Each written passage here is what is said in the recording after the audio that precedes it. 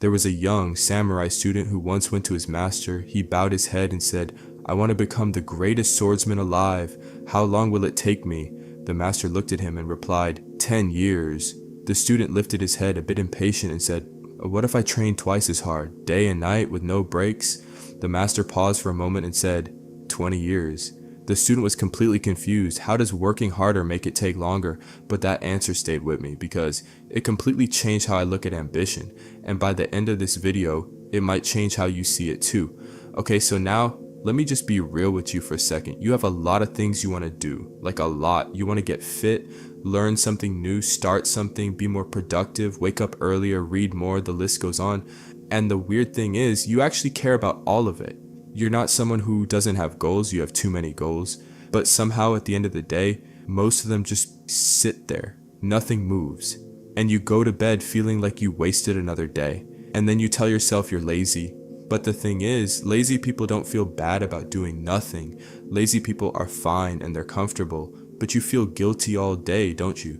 That guilt you carry around is not laziness. That's actually ambition. It's just stuck. And the reason it's stuck is not because you need more motivation or a better morning routine or some new app. The reason it's stuck is because you're trying to do too much at once, and your brain just shuts down when it gets overwhelmed. Think about it. When you have 10 things you want to do and no clear starting point, what happens?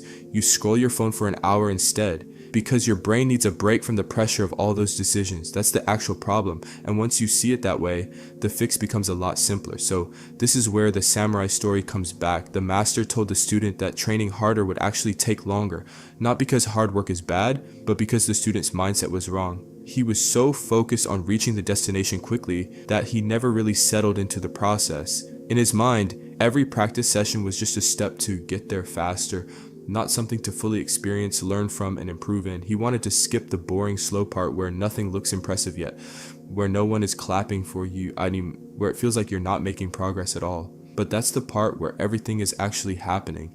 That's where your foundation, habits, and real skill starts forming quietly without any attention. And if your mind is always in a rush, you miss all of it. And that's exactly what most of us do. We don't fail because we're lazy. We fail because we're impatient. We want to go from zero to results in 30 days. We make these massive plans on Sunday night, gym every day, wake up at 5 a.m., no social media, read 30 pages, work on the side hustle for 2 hours, and by Tuesday, it's all gone, and we feel worse than before we started. This is the all or nothing trap. Either you're doing everything perfectly or you're doing nothing, and most of the time, life is not perfect, so you end up doing nothing. The Japanese figured out a better way a long time ago. They called it Kaizen. Kaizen just means continuous improvement, small, steady, every day. That's it.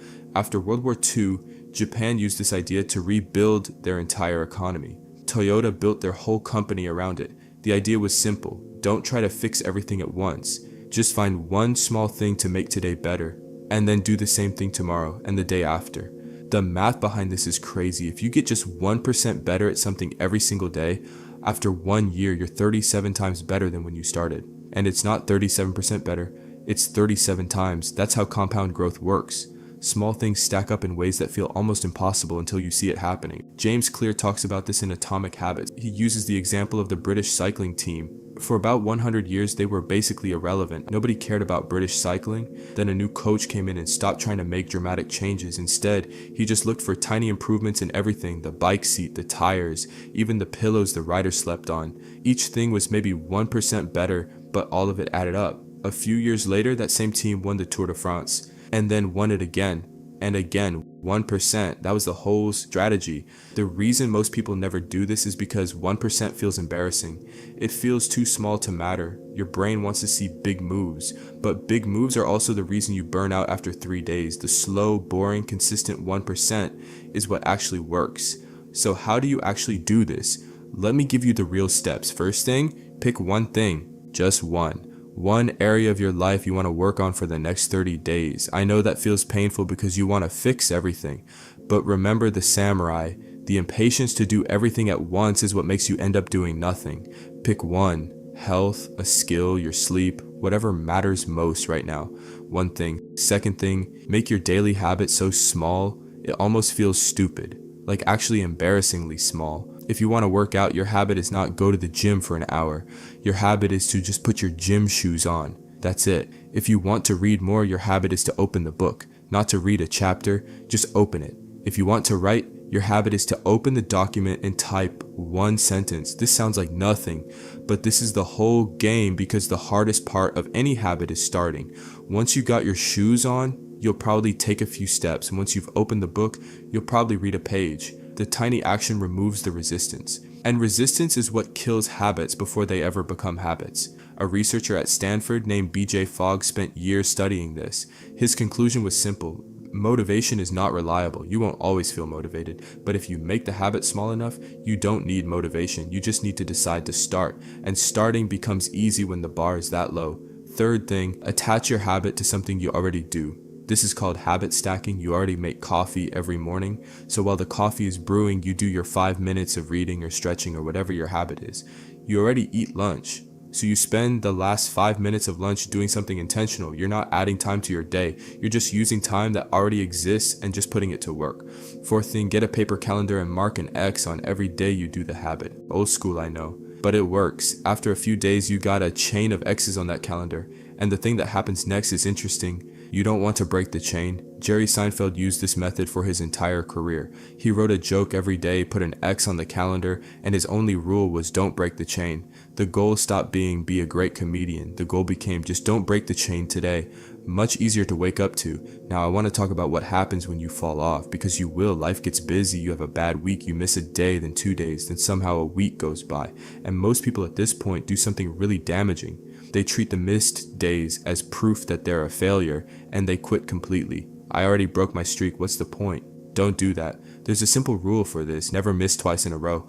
Miss one day, fine. That's life. But the moment you miss a second day in a row, you're not just missing a day anymore. You're starting a new habit. And that habit is quitting. So your only job after a missed day is to show up the next day. Not with a bigger version of the habit to make up for it. Just the same tiny habit as always.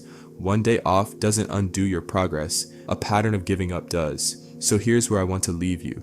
You're not lazy. You've just been trying to go from 0 to 100 without any numbers in between.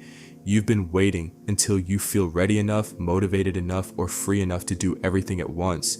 And that day never really comes. The samurai's master wasn't being harsh. He was being honest. The student's obsession with going fast was the very thing that would have kept him slow. The person who wins is not the one who trains hardest for 1 week. It's the one who shows up every day, even when it's boring, even when the progress is invisible, even when it's just 1%.